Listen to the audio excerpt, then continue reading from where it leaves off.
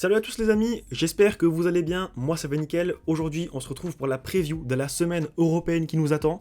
Une semaine assez folle, c'est le début des phases retour des huitièmes de finale de Ligue des Champions, le début de la phase aller des huitièmes de finale de Ligue Europa et les clubs français ont gros à jouer. Mais attention, c'est pas les seuls qui ont gros à jouer parce que sans plus tarder on commence avec le Bayern. Le Bayern qui accueille à la maison la Lazio. Le Bayern qui doit tout simplement s'imposer contre la Lazio pour espérer se qualifier. La victoire, elle est absolument obligatoire pour les Munichois parce qu'on le voit, au classement, ils sont absolument déconnectés. Ils sont à 10 points de Leverkusen. Pour la première fois depuis 2013, c'est une saison historique, il semble qu'ils ne soient pas en mesure de gagner le titre. Bref, l'ambiance, elle est assez morose à Munich. En plus de ça, on a appris que Thomas Tuchel pourrait être licencié dès la fin du match contre la Lazio si le Bayern ne se qualifiait pas. Quoi qu'il arrive, Thomas Tuchel et le Bayern, c'est fini pour cet été. Mais si le Bayern ne gagne pas, Thomas Tuchel et la Lazio se sépareront dès la fin de ce match. Ce qui est une news assez affolante. On ne pensait pas que le Bayern, ce qu'on a érigé comme modèle de gestion, pourrait prendre cette voie. En tout cas, ça fait 10 ans que le Bayern roule sur tout. Bon, bah voilà, ça arrive même au meilleur. Mais voilà, on sait que le Bayern est en crise. Cette décision-là de se séparer de Thomas Tuchel à minima à l'été, c'est la conséquence de résultats absolument catastrophiques. Il y a eu ce 3-2 contre Bochum, une réelle déroute. La gifle prise par Leverkusen qui a mis 3-0 au Bayern. Alors, on n'a pas analysé le match sur la chaîne, mais le Bayern, globalement, a existé 20 minutes. Le plan de jeu de Xabi Alonso était parfaitement maîtrisé.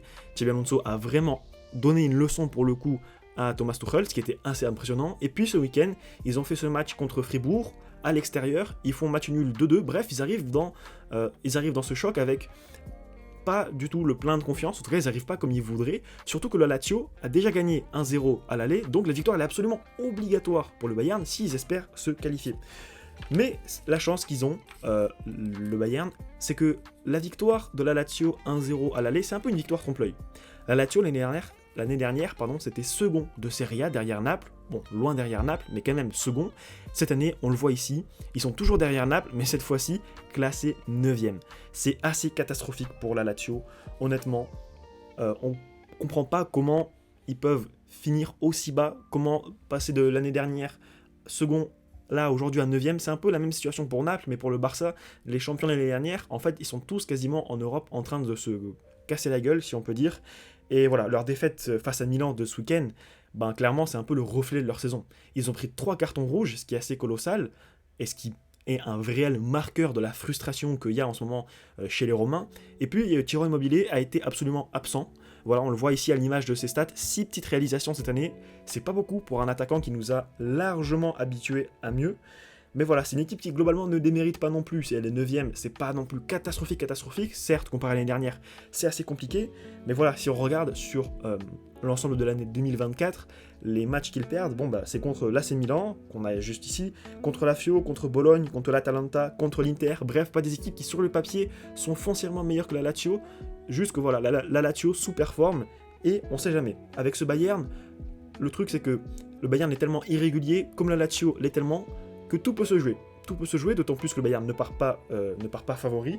Donc le Bayern va le faire, à mon sens, et doit le faire, mais on sait jamais. Le Bayern nous a habitués, à prendre des déroutes, si on peut dire ça comme ça. Bref, en tout cas, c'est un match qui sera assez compliqué à manœuvrer pour le Bayern. Ok, bon, ça, c'est à peu près tout ce que j'avais à dire pour Bayern Munich-Lazio, qui sera le mardi soir. Mais le mardi soir, il y a un autre match, le match que tout le monde va sûrement regarder, le 8e de finale retour entre la Real Sociedad et le PSG. Le PSG qui se déplace donc à Anoeta avec un avantage de 2 buts. Paris, pas forcément en grande forme, honnêtement. Il y a eu ce match nul contre Rennes qui certes est un boulet de canon sur cette année 2024. Ils avaient très mal commencé leur saison, ils la terminent ultra bien, donc une équipe ultra en forme. Par contre, vendredi, il y a eu le match nul contre Monaco avec encore une fois un nouvel épisode du feuilleton Kylian Mbappé. C'est assez délirant, mais voilà, même quand on sait qu'il va partir, il se passe toujours des choses.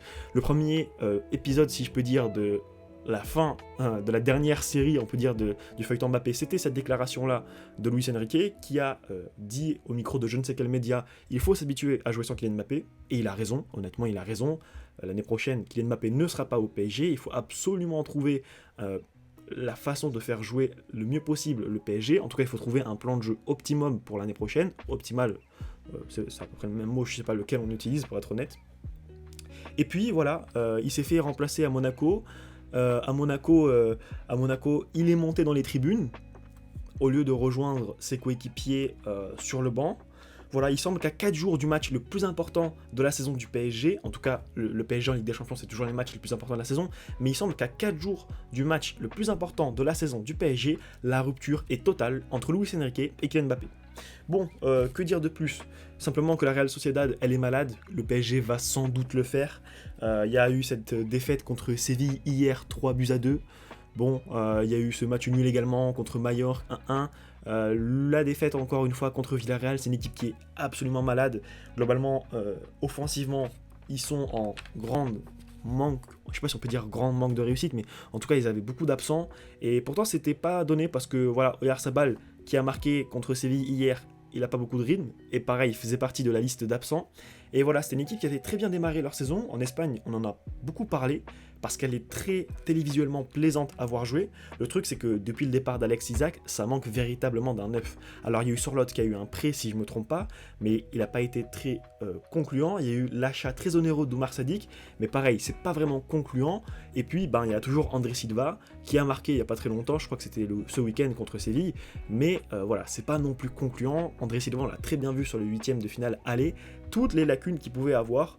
Donc voilà, globalement, même si la Real Sociedad récupère des joueurs pour ce 8e de finale retour, il semble qu'il soit quand même un cran ou deux en dessous de ce que est capable de faire le PSG. Et je me disais aussi, on a appris, voilà, on a parlé un petit peu très rapidement du feuilleton Mbappé. Ça m'étonnerait pas qu'il y ait quelques surprises dans la composition d'avant-match, parce que ce qu'a fait Kylian Mbappé, je pense pas que ça va rester impuni.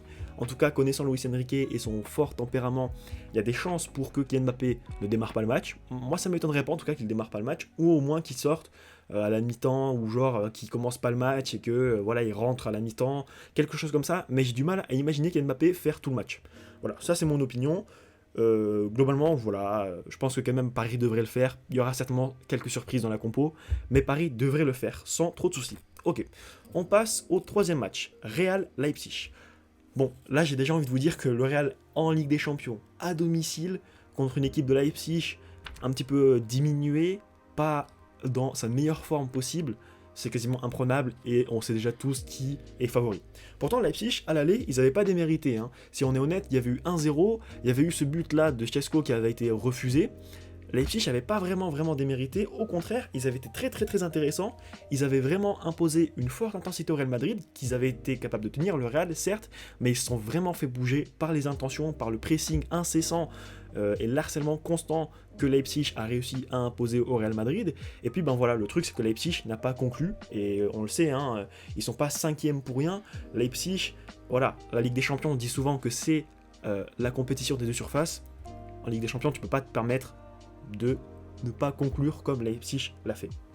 Bon, et puis voilà, comme je disais, ils sont pas 5e pour rien, ils ont une production offensive assez compliquée, au vu de ce qu'ils ont sur le papier, elle est carrément insuffisante, et puis défensivement, ils sont très frivoles, on l'a bien vu sur ce match, hein, ils prennent un but un petit peu sorti de nulle part, et moi ça me rappelait quelque chose, un petit peu le scénario de l'Ajax, et comme je disais, bon, on y reviendra un petit peu plus tard pour le scénario de l'Ajax, mais ouais, on parlait, excusez-moi, d'une défense assez frivole. Bon, Jude Bellingham a joué ce week-end contre Valence, certes il y a eu un petit scandale, donc ça va peut-être encore plus énerver le Real, mais voilà, j'ai du mal à voir la défense de Leipzig résister face aux vagues incessantes de Rodrigo, Vinicius, Jude Bellingham. Voilà, c'est un trio qui est vraiment gagnant cette année, et ça ne m'étonnerait pas que ces trois gars-là aillent très loin, 1 en Ligue des Champions, 2 en Liga, et peut-être, pourquoi pas, faudra voir les compétitions internationales qu'est-ce que ça donnera, mais au classement du Ballon d'Or. Bon, globalement, voilà, ça me faisait quand même penser un petit peu au scénario du match contre l'Ajax. Pas forcément les meilleurs souvenirs pour les Madrilènes, mais je me rappelle qu'à l'Ajax, qu'à l'aller, l'Ajax avait ultra bien joué, avait un petit peu surpris tout le monde, par-dessus tout le Real, qui s'était quand même imposé, mais au retour, ce qui était fou de voir, c'est que l'Ajax était venu ultra décomplexé, donc j'attends de voir dans quel état d'esprit arrivera Leipzig au Bernabeu, mais je pense que Leipzig peut le faire. Je pense pas qu'ils vont le faire, mais ils ont la place, honnêtement. Le Real, certes, c'est très très fort, et c'est en Ligue des Champions à domicile et à la maison, on sait tous tout ça, mais ça m'étonnerait pas que Leipzig fasse déjouer un petit peu le Real. Après, bon, Leipzig, on a dit, ils sont 5e de Bundesliga, c'est pas pour rien, et globalement, si on est un petit peu plus fataliste, on sait très bien que le Real va le faire. Mais voilà, c'est toujours bien d'entretenir le suspense.